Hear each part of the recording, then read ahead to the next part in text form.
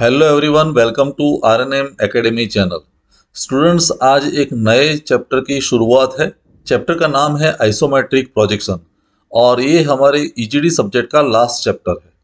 लेकिन isometric projection और पहले हमने जो एक चैप्टर कवर किया था ऑर्थोग्राफिक प्रोजेक्शन, दोनों में फ़र्क क्या है? ऑर्थोग्राफिक प्रोजेक्शन में हम 3D ऑब्जेक्ट को 2D में कन्वर्ट करते हैं, टू डायमेंशनल व्यूज़ में। जैसे फ्रंट व्यू ड्रॉ करते हैं, टॉप व्यू ड्रॉ करते हैं और साइड व्यू ड्रॉ करते हैं। यहाँ एग्जैक्टली रिवर्स है। यहाँ टू डायमेंशनल व्यूज हमें दिया गया होता है और उसको हमें 3D में कन्वर्ट करना है, थ्री डायमेंशनल व्यू में। जैसे डिफरेंशिएशन और इंटीग्रेशन का मामला होता है, वैसा ही आइसोमेट्रिक प्रोजेक्शन और ऑर्थोग्राफिक के बीच है। तो आइसोमेट्रिक प्रोजेक्शन हमें प्रॉब्लम सॉल्व करना है, लेकिन वो प्रॉब्लम सॉल्व करे उसके पहले आज के वीडियो का टाइटल है how to prepare isometric scale. तो हमें स्केल आज प्रिपेयर करना है। उसके पहले हम ये डिफरेंस भी समझ ले, एग्जामिनेशन में और आपके वाइवा के वक्त भी काम आएगा। What is the difference between isometric view and isometric projection? एक वर्ड है आइसोमेट्रिक व्यू, या उसको हम आइसोमेट्रिक ड्राइंग भी कहते हैं। देखिए, दोनों में शेप तो सेम रहता है, लेकिन आइसोमेट्रिक व्यू या ड्राइंग की जब बात है तब एक्चुअल डायमेंशंस हम यूज करते हैं। जो भी डायमेंशंस हमें व्यूज में दिए गए होते हैं, वो एक्चुअल डायमेंशन से जब हम 3D ऑब्जेक्ट बनाते हैं, प्रिपेयर करते हैं, वो आइसोमेट्रिक व्यू कहलाता है या आइसोमेट्रिक ड्राइंग। आइसोमेट्रिक प्रोजेक्शन में शेप सेम रहता है, लेकिन डायमेंशंस रिड्यूस होते हैं। Dimensions are reduced by scale. तो डायमेंशन को हमें रिड्यूस करके वो ड्राइंग बनाते हैं। रिड्यूस करने के लिए जो स्केल यूज करते हैं उसको हम कहते हैं आइसोमेट्रिक स्केल। अभी आइसोमेट्रिक स्केल कितना परसेंटेज रिडक्शन होता है, तो देखिए यहाँ एक इक्वेशन है, isometric length divided by actual और normal length is equal to 0.815। Almost 82%, 81.5% dimension नया मिलता है। अगर नॉर्मल लेंथ 100 mm है, तो आइसोमेट्रिक स्केल की वजह से रिडक्शन होके हमें जो नई लेंथ या नया डायमेंशन मिलेगा वो 81.5 mm होगा। तो ये रिडक्शन के साथ हम ड्राइंग जब करते हैं या 3D ऑब्जेक्ट दिखाते हैं, तो उसको हम आइसोमेट्रिक प्रोजेक्शन कहते हैं। अभी सवाल यह है कि आइसोमेट्रिक स्केल कैसे प्रिपेयर करें। तो आइसोमेट्रिक स्केल प्रिपेयर करने के लिए हमारे पास दो मेथड है, और वो दोनों मेथड मैं आपको ड्राइंग करके दिखा रहा हूँ। आइए स्टूडेंट्स, आइसोमेट्रिक स्केल तैयार करने की दो अलग अलग मेथड है। मैं दोनों मेथड आपको एक्सप्लेन कर रहा हूँ। सबसे पहले मेथड जिसकी हेल्प लेके हम आइसोमेट्रिक स्केल तैयार कर सकते हैं, उसमें हमें करना क्या है, सबसे पहले एक हॉरिजॉन्टल लाइन ड्रॉ कर दो। जैसे एक हॉरिजॉन्टल लाइन मैंने बना दी, और फिर ये हॉरिजॉन्टल लाइन के रेफरेंस में हमें 45 डिग्री एंगल लेफ्ट साइड से लेना है। तो देखिए, ए पॉइंट पर मैंने एंगल प्रोटेक्टर रखा और 45 डिग्री एंगल सिलेक्ट कर दिया, 40 एंड 45 डिग्री। ये 45 डिग्री एंगल लेके यहां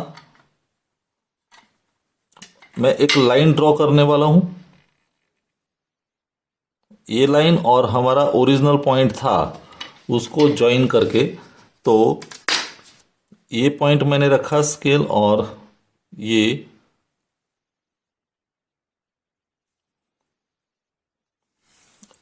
एक लाइन हमने बना दी।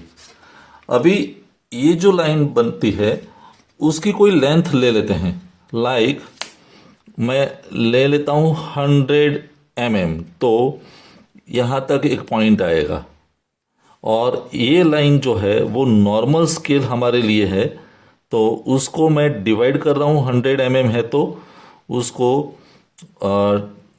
10 mm, 20, 30, 40, 50, 60 mm, 70, 80, 90 एंड 100। तो 100 के बाद की एक्सेस लेंथ की ज़रूरत नहीं है, तो मैं इसको रिमूव कर रहा हूँ, तो आपको 100 तक का ही ख्याल रहे।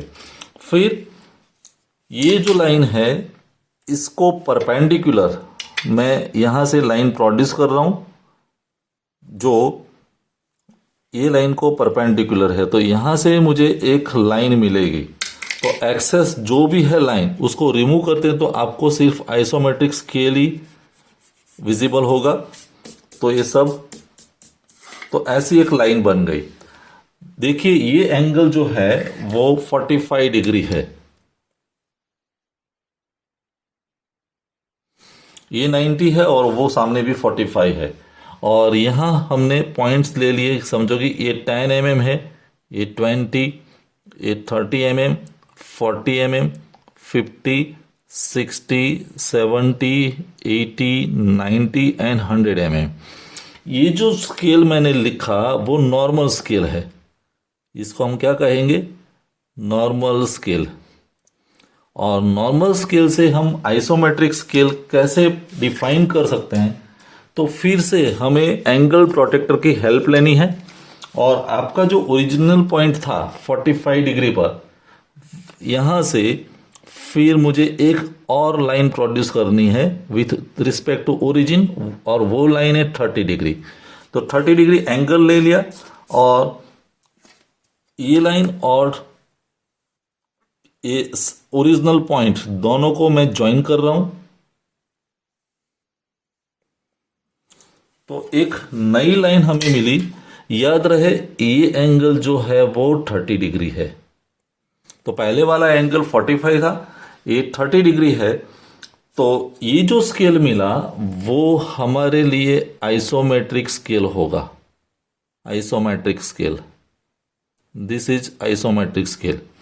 और ऑटोमेटिकली डायमेंशंस रिड्यूस हो जाएंगे। तो जैसे ए लाइन को पैरेलल में सभी लाइन यहां से एक्सटेंड करता हूं लाइक दिस, तो 100 mm रिड्यूस होके यहाँ जो नया डायमेंशन मिला वो आइसोमेट्रिक स्केल वाला होगा। यहाँ जो पॉइंट मिला, तो each and every dimension can be reduced with help of isometric scale. लेकिन ज्योमेट्रिकली आइसोमेट्रिक स्केल प्रोड्यूस करने के लिए ये मेथड है।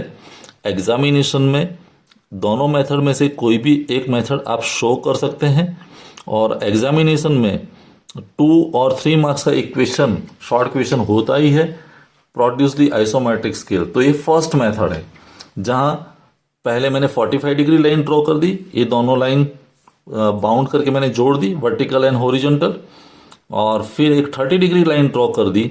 तो 45 से 30 डिग्री पर जब आते हैं तब automatically normal scale is reduce to isometric scale. This is the first method. Isometric scale produce करने की दूसरी मेथड, ये मेथड में भी सबसे पहले मैं नॉर्मल स्केल प्रोड्यूस कर रहा हूं। देखिए 100 mm की एक लाइन में ड्रॉ कर रहा हूं हॉरिजॉन्टल, ये 100 mm की लाइन हो गई, और उसको मैं 10 पार्ट्स में डिवाइड कर रहा हूं। तो 1, 2, 3, 4, 5, ये 6, 7, 8, 9 एंड 100। तो एक हॉरिजॉन्टल लाइन मैंने ड्रॉ कर दी, और ये हॉरिजॉन्टल लाइन जो है वो मेरे लिए नॉर्मल स्केल है। This is normal scale.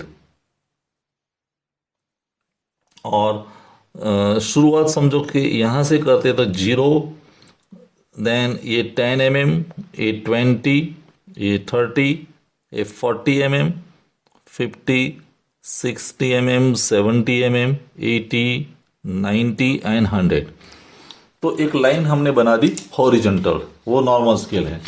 अभी फिर एंगल प्रोटेक्टर की हेल्प लेके लेफ्ट साइड ये सेंटर एस्टैब्लिश करके, सेट करके, यहां से आपको 45 डिग्री एंगल पर एक लाइन ड्रॉ करनी है। तो 10, 20, 30, 40 एंड 45, एक पॉइंट फाइंड कर दीजिए 45 वाला। और दूसरे एंड से यहां मैंने रखा एंगल प्रोटेक्टर, और वहां से 15 डिग्री एंगल सेट करना है। तो देखिए ये 10 और ये 15, ये पॉइंट, तो ये दोनों पॉइंट्स हमें मिल गए। और दोनों पॉइंट और एंड पॉइंट को जब ज्वाइन करते हैं, लाइक ये पॉइंट और ये एंड पॉइंट, इसको मैं ज्वाइन कर रहा हूं ऐसे, और ये एंड पॉइंट और 15 डिग्री एंगल वाला पॉइंट, ये दोनों को मैंने ज्वाइन कर दिया, तो बाकी की लाइन की जरूरत नहीं है, तो इसको हम रिमूव कर सकते हैं। तो ये जो मिला रिड्यूस होके यहां वो आइसोमेट्रिक स्केल हो गया। This is isometric scale. क्या किया, यहां मैंने 45 डिग्री एंगल लिया, ये एंड से मैंने 15 डिग्री एंगल लिया, और फिर ये जो लेंथ मिली वो शॉर्ट हो गई, 100 mm नहीं होने वाली है, तो 100 mm की जगह शॉर्टन लेंथ जो है वो आइसोमेट्रिक स्केल की लेंथ हो गई। और इंडिविजुअल डायमेंशन भी हम फाइंड कर सकते हैं। तो इस लाइन को पैरेलल आप जब भी ड्रॉ करेंगे, जैसे ये लाइन है तो 10 mm को कन्वर्ट करना है, तो 10 से एक लाइन पैरेलल ड्रॉ कर दीजिए। फिर आइए यहाँ पर, तो 20 डिग्री पर तो यहाँ एक लाइन मिलेगी। तो वैसे पहली लाइन को पैरेलल जो भी डायमेंशन आपको ज़रूरत है उसको हम कन्वर्ट कर सकते हैं आइसोमेट्रिक स्केल में। तो सभी पॉइंट्स को मैं ज्वाइन कर रहा हूँ, 40 वाली लाइन, फिर 50 में से लाइन मिलेगी, वैसे 60 में से लाइन मिली, ये 70 वाली लाइन, फिर 80 पॉइंट, तो ये 80 वाली लाइन, ये 90 है, और लास्ट में है वो 100 है। तो ये नॉर्मल स्केल था, ये आइसोमेट्रिक स्केल हुआ। ये सेकंड मेथड है। पहली लाइन हॉरिजॉन्टल, फिर लेफ्ट एंड से 45 डिग्री एंगल मैंने लिया, राइट एंड से 15 डिग्री एंगल लिया, दोनों का यहाँ इंटरसेक्शन करके फाइनल पॉइंट मिलने वाला है। तो normal scale is converted to isometric scale. तो दोनों मेथड में से कोई एक मेथड से आपको आइसोमेट्रिक स्केल एग्जामिनेशन में दिखाना है। I hope you have understood well. अगर आपको ये वीडियो पसंद आया है और आप मेरी चैनल पर नए हैं तो प्लीज मेरे चैनल को लाइक कीजिए, शेयर कीजिए और सब्सक्राइब जरूर कीजिए। Thank you very much.